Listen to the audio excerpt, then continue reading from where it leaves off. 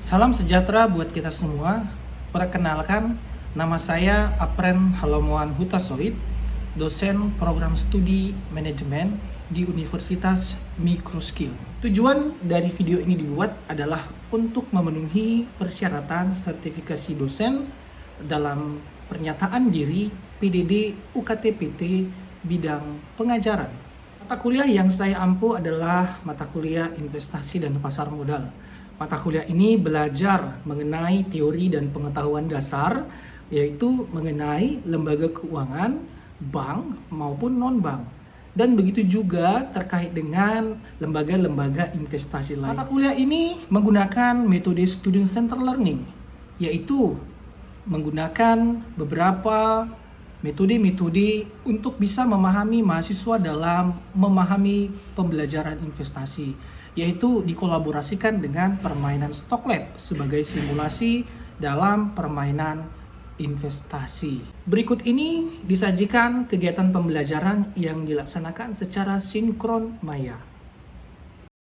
Oke, baik. Selamat sore adik-adik semua. Selamat datang pada perkuliahan investasi dan pasar modal. Hari ini kita akan membahas tentang investasi dan pasar modal. Pada pertemuan pertama ini saya akan mencoba memaparkan apa-apa aja mulai dari materi pembelajaran dari pertemuan 1 sampai ke 15 nanti. Kemudian apa tujuan dari pembelajaran mata kuliah ini, ya, dan kemudian apa aja tugas-tugas yang harus dilaksanakan oleh adik-adik semua. Dan kemudian di pertemuan pertama ini kita akan coba bahas salah satu topik, ya, yang berkaitan dengan investasi dan pasar modal. Nah, pertama saya akan coba tunjukkan dulu RPS-nya, ya. Sebentar.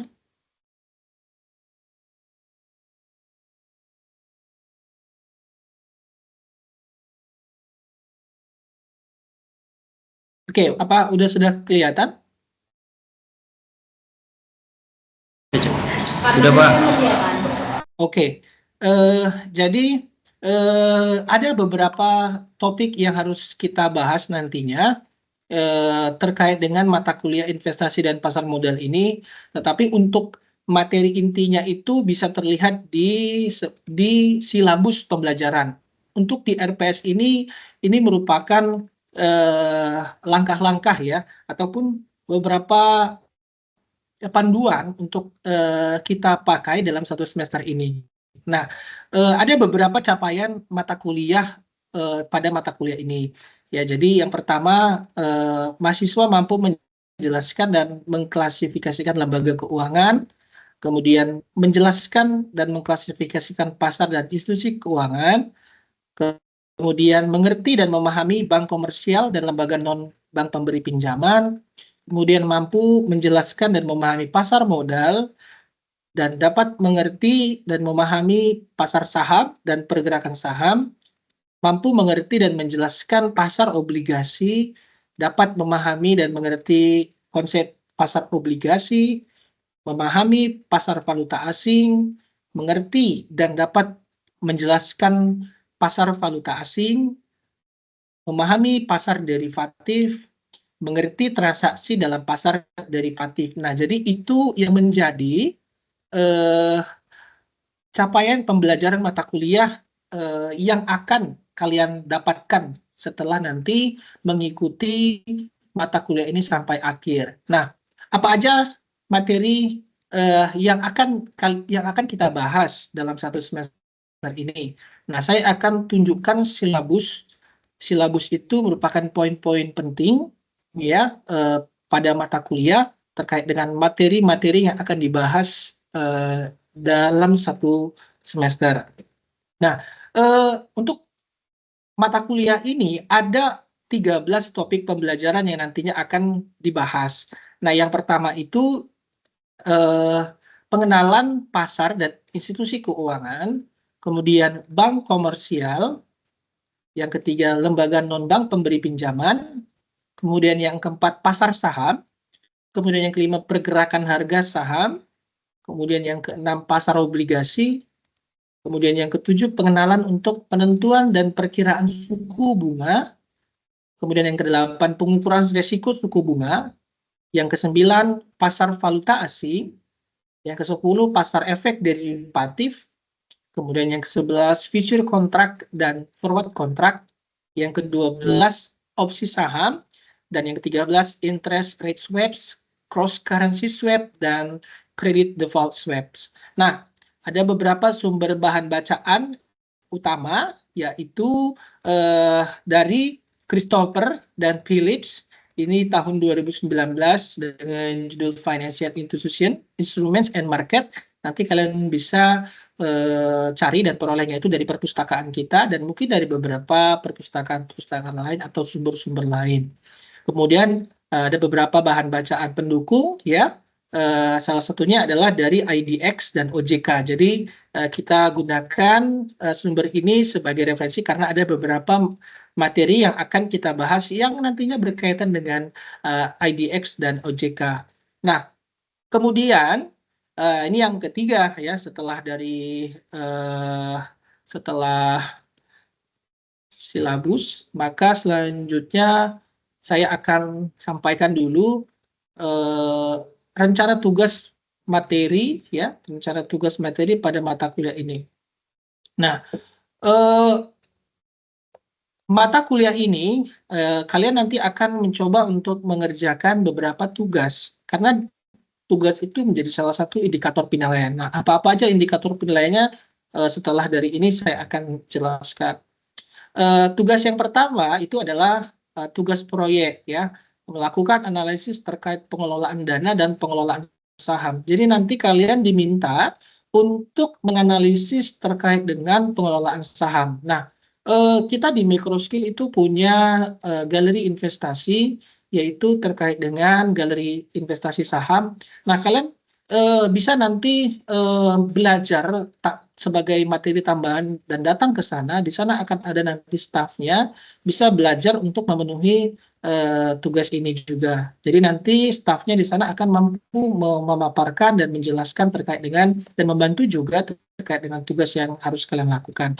Apa itu indikatornya? Indikatornya adalah melakukan analisis terhadap emiten saham, menganalisis emiten, kemudian menjelaskan hasil analisis yang dilakukan dari salah satu saham yang dipilih.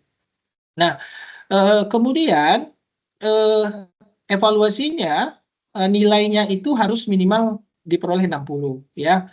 Jadi itu nilai minimal. Nah, kemudian tugas proyek yang kedua melakukan analisis fundamental dan teknikal dari pergerakan harga saham. Jadi nanti akan berkaitan dengan galeri investasi saham. Kalian akan mencoba untuk menganalisa pergerakan harga suatu saham dengan menggunakan fundamental analysis dan technical analysis. Apa itu fundamental dan technical analysis? Nanti kita akan bahas di beberapa pertemuan berikutnya. Tetapi yang penting ini yang jadi pengantar kepada kalian.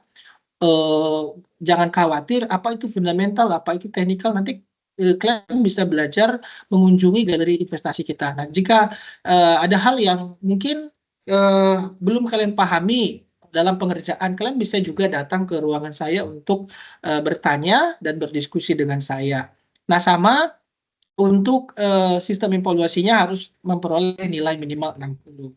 Kemudian tugas yang ketiga yaitu mengikuti kuliah umum ya. Jadi kalian nanti akan mengikuti kuliah umum sama seperti kakak-kakak kelas kalian sebelumnya itu mengikuti mata kuliah investasi dan pasar modal.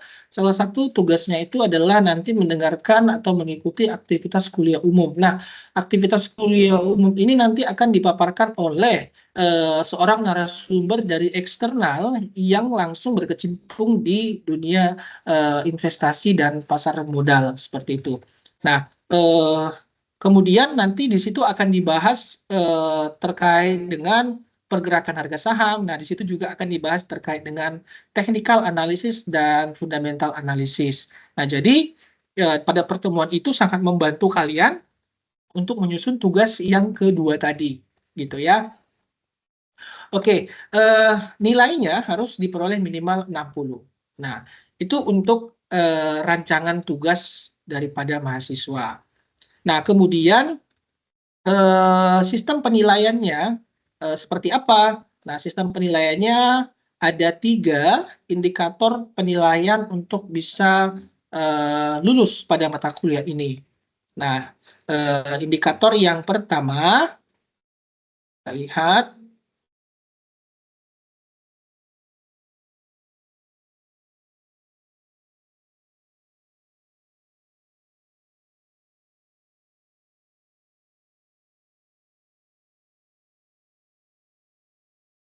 Sebentar, ada di kontrak kuliah harusnya.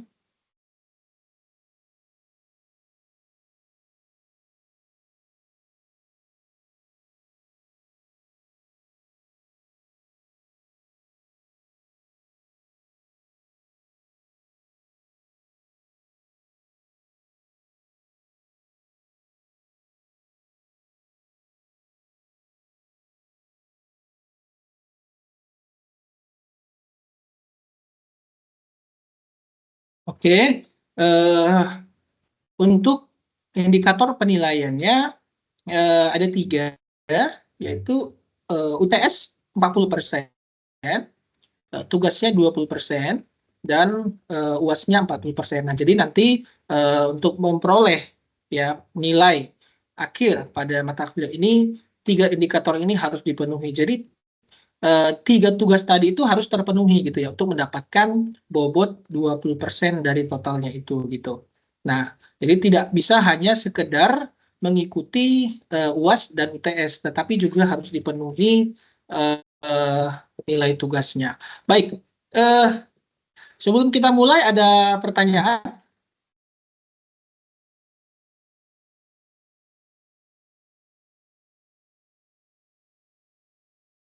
Ada pertanyaan kira-kira terkait dengan itu? Oke, kalau nggak ada, biar kita lanjut ya.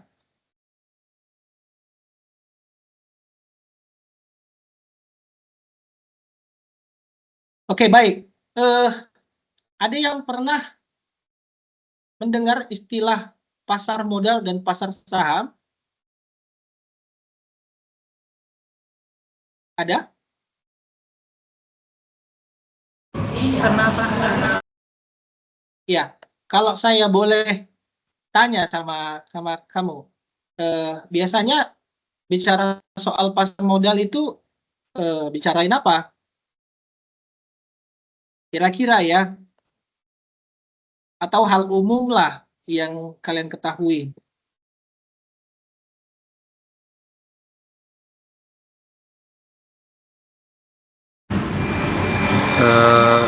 Coba menjawab Pak. Tahu saya kalau pasar modal itu sebagai tempat wadah untuk jual beli gitu Pak, jual beli berupa saham gitu. Sorry, suaranya tadi kurang jelas. Boleh diulang? Iya Pak, untuk pasar modal yang setahu Samuel itu sebagai tempat wadah jual beli saham gitu Pak, jual beli nilai atau harga suatu saham suatu perusahaan atau surat-surat yang berharga kayak obligasi dan lain-lain. Oke. Ada lagi yang lain?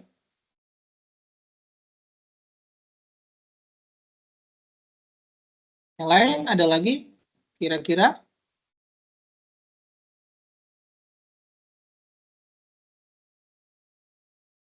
Pernah dengar istilah trading gitu ya? Pernah ya? Pernah dengar trading gitu? Biasanya anak-anak muda sekarang itu sangat familiar sekali dengan istilah trading gitu kan. Kalau dibilang trading dia tahu gitu.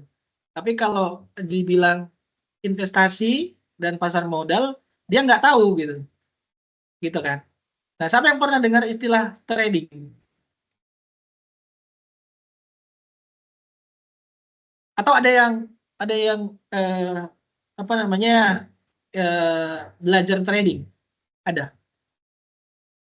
Christian, Sony, yang lainnya. Nah, pernah dengar istilah trading?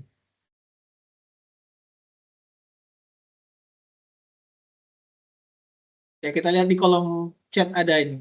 Rio pernah. Kenapa kamu yang bilang ke Rio? Rio yang mana Rio?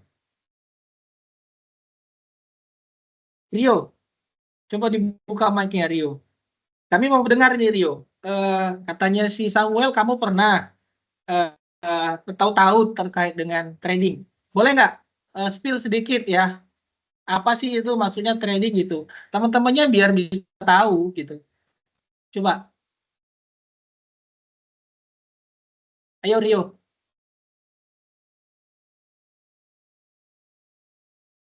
Mana si Rio? Samuel. Ayo nggak apa-apa, dicoba aja nih. Ya berani menjawab dia berasa Pak. Nggak apa-apa, dicoba aja. Ya, jadi banyak banyak dari anak-anak muda, khususnya kemarin di era COVID ya, COVID. Di era COVID itu kan banyak sekali aktivitas itu dibatasi gitu kan, karena adanya COVID-19 gitu ya. Jadi seluruh masyarakat itu dibatasi pergerakannya atau aktivitasnya. Bahkan yang berproduksi di industri dan lain sebagainya pun dibatasi gitu. Nah, sehingga di masa itu banyak sekali anak-anak muda khususnya, ya khususnya anak-anak muda. Saya ada tarik data dari IDX, pembukaan daripada eh, rekening saham itu banyak didominasi itu dari kaum muda gitu kan. Nah, jadi mereka itu eh, apa namanya mencoba hal-hal baru, yaitu dengan istilah trading gitu.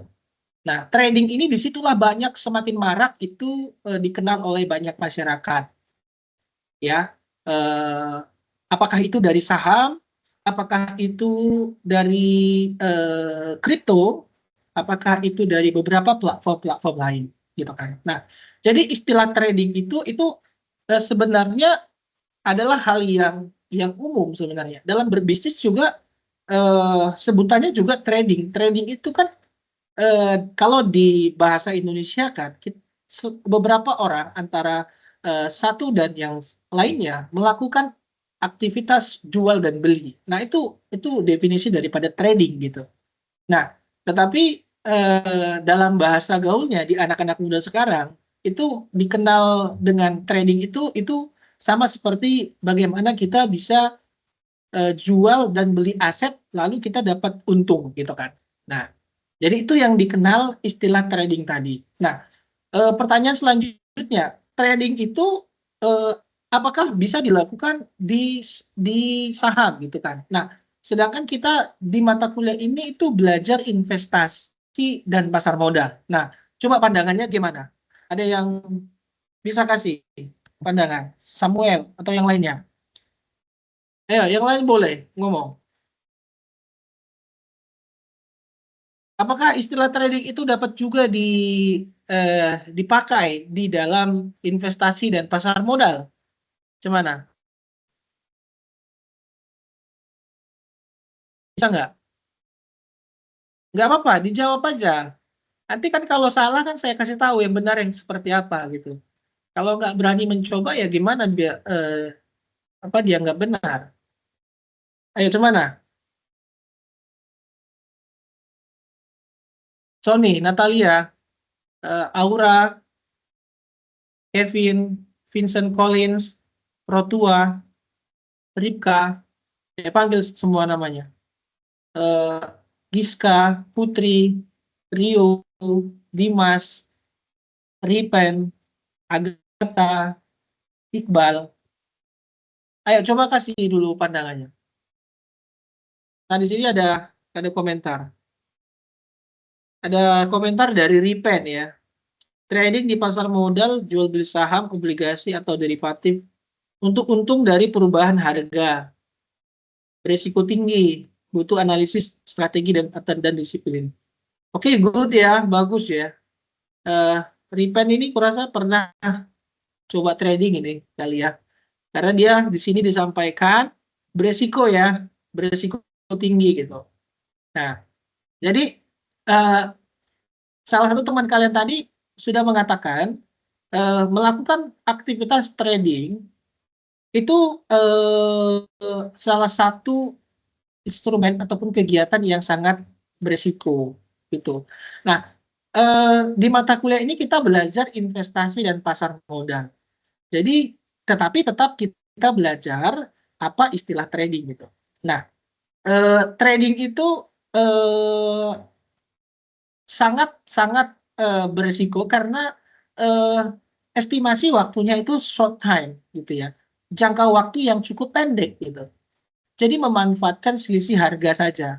Ketika dia sudah untung, merasa selisih harganya, misalnya dia beli 100, lalu harganya sudah naik jadi 110, lalu dia jual. Nah, dia sudah dapat untung di situ. Nah, jadi untuk itu sangat berisiko tinggi. Ya kalau naik, kalau turun bagaimana gitu ya. Nah, jadi eh, perlu melakukan analisis yang cukup yang tinggi gitu ya, supaya memang benar-benar kita memperoleh atau membeli saham atau emiten tersebut yang memang benar-benar memberikan keuntungan gitu ya.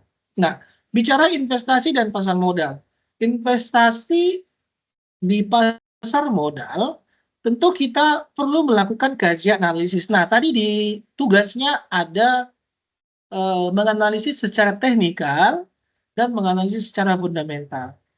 Dalam membuat, dalam memilih satu investasi saham ataupun instrumen lainnya, nah maka perlu melakukan kajian analisis, ya, bisa secara fundamental, bisa secara teknikal. Nah, saya mau tanya dulu, spill sedikit. Bicara soal fundamental, biasanya itu bicara apa kira-kira? Event ekonomi, Pak. Oke, selain itu, selain daripada bicara soal ekonomi, baik itu ekonomi domestik, mungkin ekonomi global juga termasuk. Selain itu apa lagi kira-kira? Dasar atau pokoknya, Pak. Maksudnya gimana itu? Maksudnya bagaimana? Untuk fundamental yang Samuel tahu itu artinya untuk dasar atau pokoknya, Pak. Intinya, Pak. Oke. Ada yang lain? Nah, mungkin saya ngerti maksudnya si Christian ini, tapi mungkin Christian agak bingung menyampaikannya karena ya eh, masih awam gitu kan, masih kali ini pertama mendengar. Yang lain ada yang mau tambahkan nanti biar saya rangkum gitu ya. Ya. Ada lagi yang lain?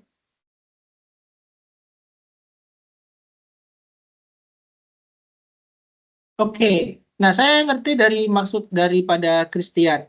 Nah, bicara soal perusahaan, ya. Oke, ini ada komentar dari kolom chat ya.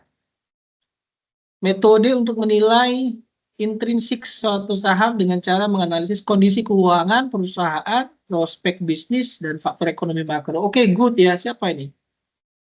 Si Agatha ya, Agatha Theodora. Oke, benar yang disampaikan oleh si Agatha ini. Fundamental analisis itu biasanya berbicara tentang kondisi keuangan perusahaan, ya, bagaimana labanya, ya.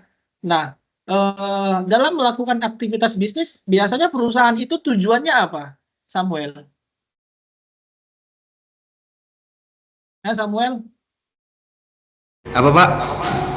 kalau sesuatu perusahaan menjalankan aktivitas bisnis, tujuannya ngapain mereka buat bisnis?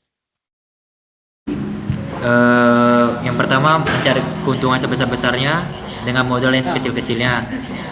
nah, Yang oke. kedua mencari relasi, Pak.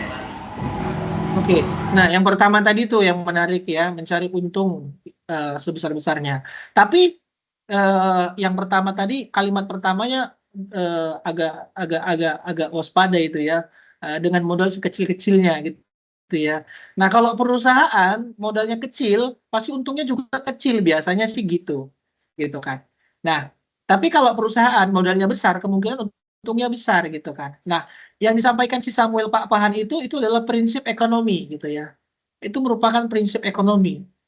Biasanya seseorang itu berupaya untuk bagaimana dia mengeluarkan modalnya paling kecil, tapi bisa dia mendapatkan keuntungan yang maksimal gitu. Nah, itu biasanya yang dilakukan oleh seseorang. Begitu juga aktivitas bisnis. Biasanya sih gitu ya. Nah, siapa yang nggak mau gitu kan? Kita pun mau gitu kan. Nah, jadi bicara fundamental itu seperti itu. Bicarain soal keuangan perusahaannya. Eh, berapa labanya tahun ini, ya? Terus berapa modalnya yang disetorkan? Berapa modal yang diperoleh daripada investor gitu. Terus berapa banyak hutang perusahaan. Nah, jadi kalau misalnya hutangnya besar, ya maka ini waspada gitu. Nah, jadi kita perlu berhati-hati, nggak boleh asal pilih saham. Misalnya, oh, secara teknikal misalnya. Jadi ini kebalikan daripada fundamental. Kalau bicara teknikal, ya ini bisa saja sesaat. Nah, biasanya ini yang dimanfaatkan oleh para trader. Trader itu disebut dengan apa? Kalau trader, Samuel, apa itu? Orang yang melakukan jual belinya Pak. Oke, orang yang melakukan jual beli, ya. Jadi biasanya itu sesaat, ya. Misalnya itu dalam waktu yang singkat, gitu ya. Biasanya para trader itu memanfaatkan dengan analisis teknikal. Nah, analisis teknikal ini biasanya dimanfaatkan oleh trader karena mereka menganggap ini bisa memberikan keuntungan yang cepat, gitu kan. Nah, tanpa memandang analisis laporan keuangan perusahaan. Misalnya, kalau kita ikut-ikutan, gitu ya. Kalau kalian misalnya ikut-ikutan, gitu. Kalau teman kalian beli saham, apa kalian beli saham juga, Samuel?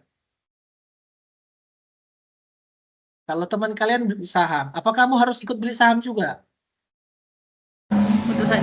Untuk saat ini pengen nyoba sih Pak. Oke, pengen coba. Tapi apakah langsung beli, gitu? Tidak Pak. Ya, tentu harus belajar dulu gitu ya. Kita harus mengenal dan memahaminya supaya tidak FOMO. Kalau istilah ngetrennya itu FOMO ya, ikut-ikutan gitu. Nah, sehingga itu yang akhirnya jadi bisa terjerumus gitu ya. Orang beli, nah itu tadi. Nah, teman kamu beli saham itu karena dia trader, dia trading, mau mendapatkan keuntungan hari ini. Tapi kamu ikut beli hari ini, besok dia jual, dia dapat untung. Kamu nggak jual besok gitu kan. Kamu tahan sampai 1 bulan, ternyata harga sahamnya turun. Wah, karena kamu nggak lihat laporan keuangannya seperti apa gitu.